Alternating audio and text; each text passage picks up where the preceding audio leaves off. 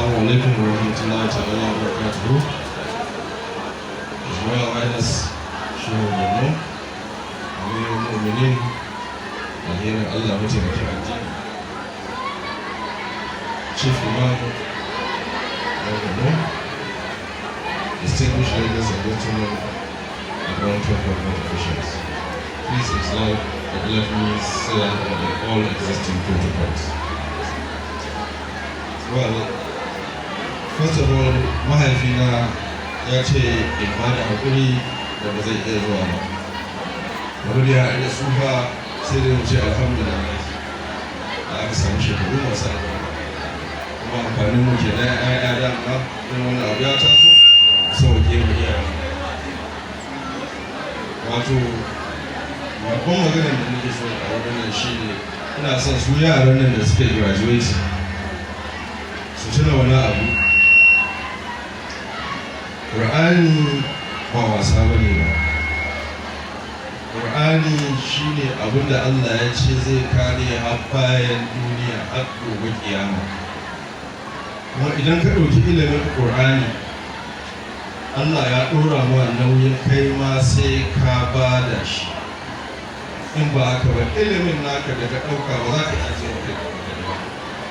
Inda haka ne malaman nan naku da su naka koya muku su ma da ba za su damu koya muku. Jama'a idan Allah na gani yana shaida ba garin da za a ce mun zan je in ji daɗi cikin zuciya na kamar mai dubu, kuma ba garin da za a ce mun in bari in ji baƙin ciki na kamar mai dubu.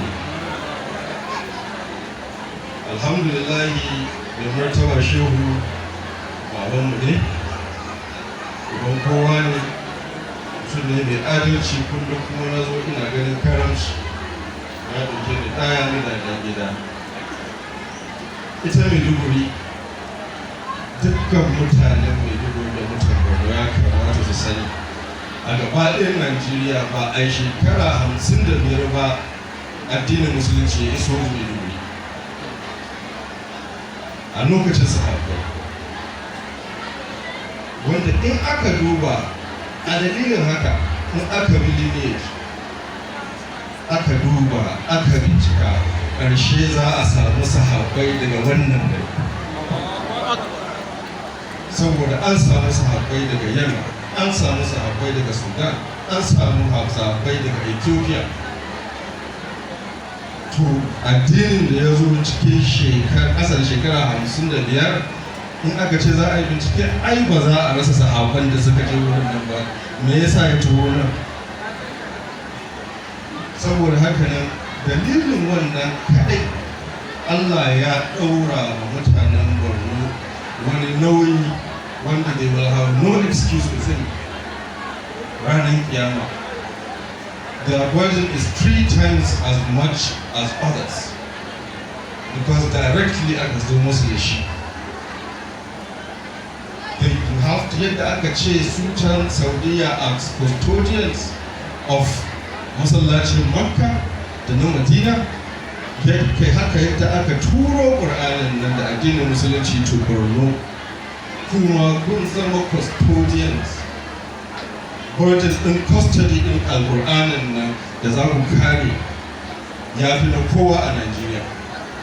So ku ne manyan custodians na wannan addini, na wannan littafi na Allah, sannan kuma Allah ba zai bari ba insha Allah a Ƙur'anin nan zai gaidin kowa. Insha Allah karatun da ake yi cikin nan zai sa insha Allah zai kawo zaman lafiya. Insha Allah Maiduguri za ta koma tafi yadda take da. Insha Allah kuma shi Ƙur'ani ba a gama koyon shi, kullum akwai sabon abu da ake koya. Komai tsufanka in ka ce ka wuce shekara 40 ko ka wuce shekara 50, Allah ma bai ba da annabci sai mutum ya kai shekara 40. Sa'idina Abubakar, Sa'idina Umar, Sa'idina Usman, duka sahabbai 10 mubashara wanda aka yi masa alƙawarin aljanna a duniya, a duba duk sai da suka shekara 40 suka koyi Qur'ani. Saboda haka nan ba a latti. Saboda haka nan a haka shi wanda mahaifina Shatima Ilmai da zan zo ya ce mun saboda a bada gudunmuwa ga yara saboda a ƙara encouraging ɗinsu ya ba ni 250,000 naira ya ce a raba mu ko a raba musu yaran duk kowa ya samu.